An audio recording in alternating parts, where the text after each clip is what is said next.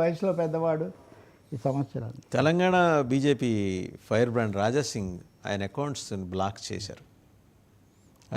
ఆయన దూకుడు ఎందుకనో తగ్గించుకోవట్లేదు. ఆయన ఏంటంటే ఎవరూ లేకపోతే తమ పార్టీ వాళ్ళ మీద ఆగ్రహం వ్యక్తం చేస్తుంటాడు. అవును, అంటే ఒకటేమో రాజా సింగ్ ఎవరు లేనప్పుడు నేను ఉన్నాను, నేను ట్రూ హిందుత్వకు నేను ప్రతినిధిని, ఆర్ఎస్ఎస్ సెల్ఫ్ స్పిరిట్ నేను చేస్తాను, మిగతా వాళ్ళందరూ రాజకీయాల్లోకి వచ్చారు.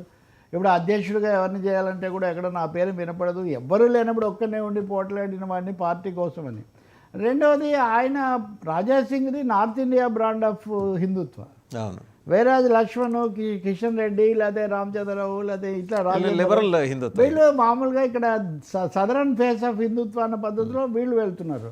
మీరు దీనికే లింకులుగా కనుక మీరు పెట్టుకుంటే ఇప్పుడు రామరాజ్యం అనే పేరుతో వీరరాఘవరెడ్డిని దాడి చేసి ఆయన విషయంలో కూడా రాజా సింగ్ అగ్రెసివ్ స్టాండ్ తీసుకున్నాడు.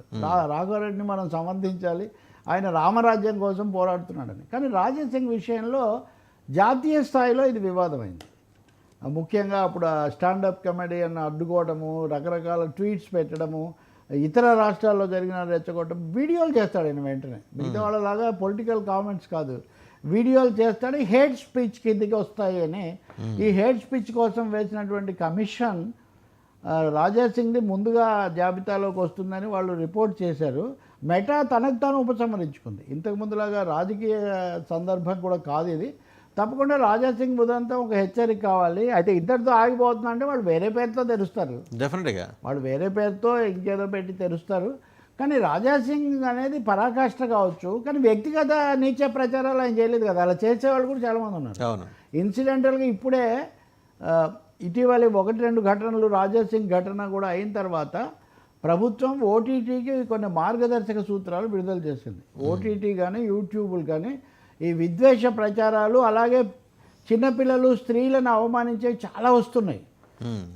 వీటిని కూడా ఆపకపోతే మేము తీవ్రంగా తీసుకుంటామని. సో ఒక హెచ్చరికగా తీసుకోవాలి.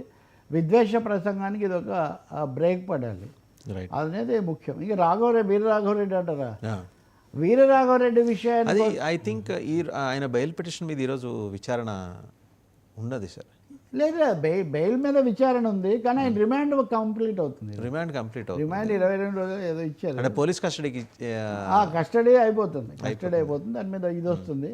రిమాండ్ అయిపోయింది కాబట్టి బయటకు వచ్చే అవకాశం ఒకటి ఉందని ఒక ఇది జరుగుతుంది. రెండవది ఆయన పోలీసులకు ఇచ్చినటువంటి వాంగ్మూలం.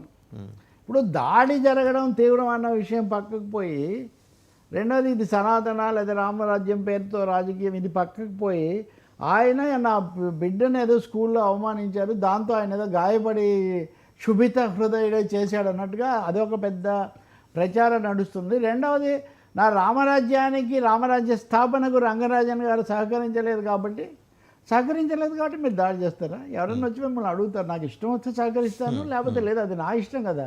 కానీ రంగరాజన్ మీద దాడి చేయడం తప్పు అన్నటువంటి తీవ్రమైన స్వరం మటుకు ఇంకా ఎక్కువగా రావాల్సి ఉంది నా ఉద్దేశంలో. ఇప్పుడు ఇందాక రాజా సింగ్ వాళ్ళకు కోణం అది కాదు, అది ఎలా జరుగుతుంది అన్నది పోలీసులు కూడా తుది నివేదిక ఇవ్వాలి, కోర్టు కూడా చెప్పాలి. బట్ దేశమంతా ఇది ఒక దుమారం అయితే వచ్చింది. రైట్. ఇంకా హైడ్రా విషయం ఇలా అయితే హైడ్రా రద్దు ఎలా అయితేనండి? న్యాయమూర్తి ఆయన తెలంగాణ హైకోర్టు జస్టిస్ లక్ష్మణ్ తీవ్ర వ్యాఖ్యలు చేశారు.